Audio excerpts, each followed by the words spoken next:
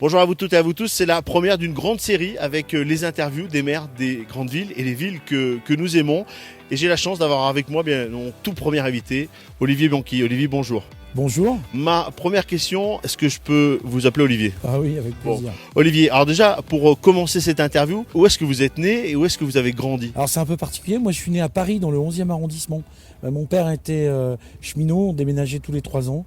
J'ai donc vécu dans Lyon, j'ai vécu quelques temps à Angers, à Marvejols, Monistrol. J'ai fait mon collège à Aurillac, j'ai passé mon bac au Puy.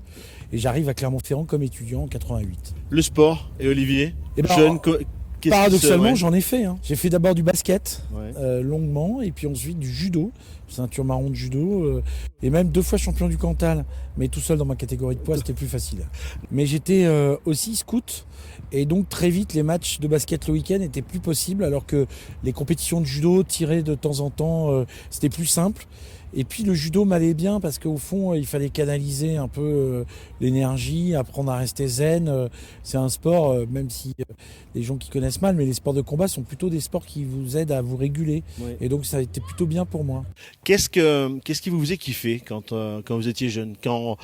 Est-ce qu'il y a des sportifs? Est-ce qu'il y a des sports que vous aimiez voir en vrai, voir à la télévision? Moi j'ai toujours beaucoup aimé le sport américain. Je continue à regarder le Super Bowl.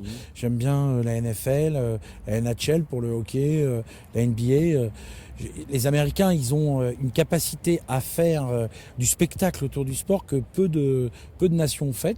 Puis après, j'aime beaucoup le rugby parce que quand on a habité Aurillac, à Clermont-Ferrand, il y a une forme de culture autour du rugby, sa convivialité, les valeurs qui sont des choses qui viennent structurer autour du sport un imaginaire que j'aime beaucoup. Est-ce qu'il y a des grands souvenirs quand vous étiez ado?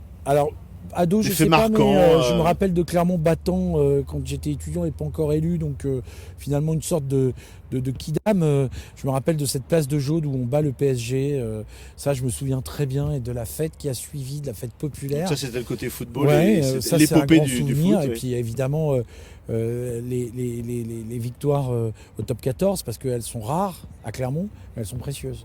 Olivier, on a parlé du sport quand vous étiez jeune, quand vous étiez ado. Est-ce qu'il y avait eu un sportif, une idole que vous aviez en France, il y a eu, quand j'étais jeune, Dominique Rocheteau, parce que voilà. Langevert.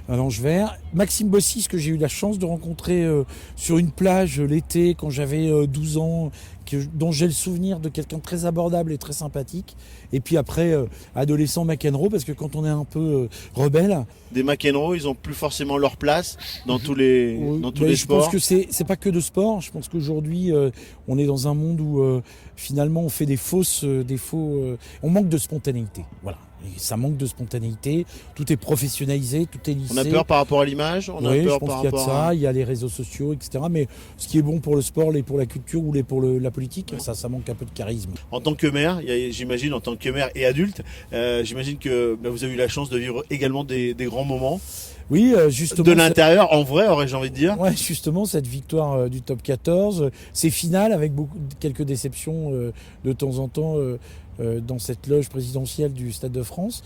Mais sinon, moi j'ai la chance, et ça c'est finalement le plaisir d'être maire, d'accompagner un peu tous les sportifs. Et de le vivre de l'intérieur. Et de le vivre de l'intérieur, le foot, le rugby, le basket, le hockey avec les sangliers. Et puis quelques sports, le baseball, le football américain, féminines aussi, qui ont beaucoup de qualités. Je pense aux Panthères de Chamalières en volley. Je pense évidemment aussi à tous les athlètes de l'athlétisme. Et puis voilà, c'est des émotions sportives comme on les aime, et ça, c'est un vrai plaisir. Quand on est élu, est-ce qu'on arrive à prendre le temps de faire du sport? Non, moi j'ai plus le temps aujourd'hui de faire du sport. De temps en temps, je fais un peu de rameur chez moi, mais c'est vraiment top secret, il ne faut pas en parler. Ouais, mais c'est un manque de temps, c'est un manque de... C'est un manque de temps, c'est aussi un manque d'envie, parce que les journées sont longues. Parce que les journées sont longues, parce que l'effort est coûteux, et donc moi, c'est vrai qu'aujourd'hui, quand j'ai un peu de temps pour moi, je lis pour essayer de me vider l'esprit. Mais peut-être que je devrais me mettre à courir, parce que j'entends beaucoup de gens autour de moi me dire que la course, ou la marche, ça aide beaucoup à s'oxygéner intellectuellement. Ma dernière question, comment vous voyez le sport dans les 10 ans, pour les plus jeunes? Comment on va vivre le sport dans une vie? Moi, je pense qu'on va avoir 3 enjeux. Le premier, c'est il faut qu'on conserve tous ces éducateurs, tous ces bénévoles, tous ces gens qui donnent du temps fou pour faire tourner les c'est équipes difficile, de hein. jeunes. Il y Et en a de ça, moins en c'est moins. dur. Et donc, il faut leur rendre hommage. Et donc, il faudra un engagement collectif.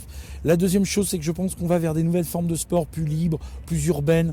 Regardez aujourd'hui les pratiques de street art, de street working out dans les villes. Mais c'est lié d'ailleurs aux cultures du street art. C'est pour ça que je pense au skateboard, etc. Donc une forme de liberté. Il va falloir anticiper dans des équipements qui ne sont pas toujours existants dans les villes. On en a un exemple un peu ici. Et puis peut-être un troisième axe, c'est le sport santé. Je pense que on va devoir, on vit de plus en plus vieux, le sport des seniors, les nouvelles pratiques, prendre soin de soi-même. Ouais. Je pense qu'il va y avoir des enjeux autour de ça. Ouais. Voilà 3 axes des mutations possibles du sport. Après, il y aura toujours des grands compétiteurs, du sport spectacle, du sport pour tous.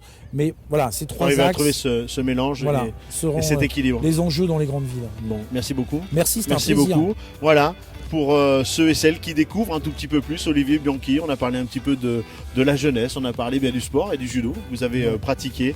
J'espère que bien ce portrait vous a plu et j'espère qu'il y en aura plein d'autres, car c'est intéressant de découvrir ou de redécouvrir nos hommes politiques sous un axe différent et un œil différent. Merci beaucoup, monsieur le maire. Merci à vous. Voilà, vous continuez à liker la page, à partager tous les réseaux sociaux et on se retrouve très vite pour une prochaine interview.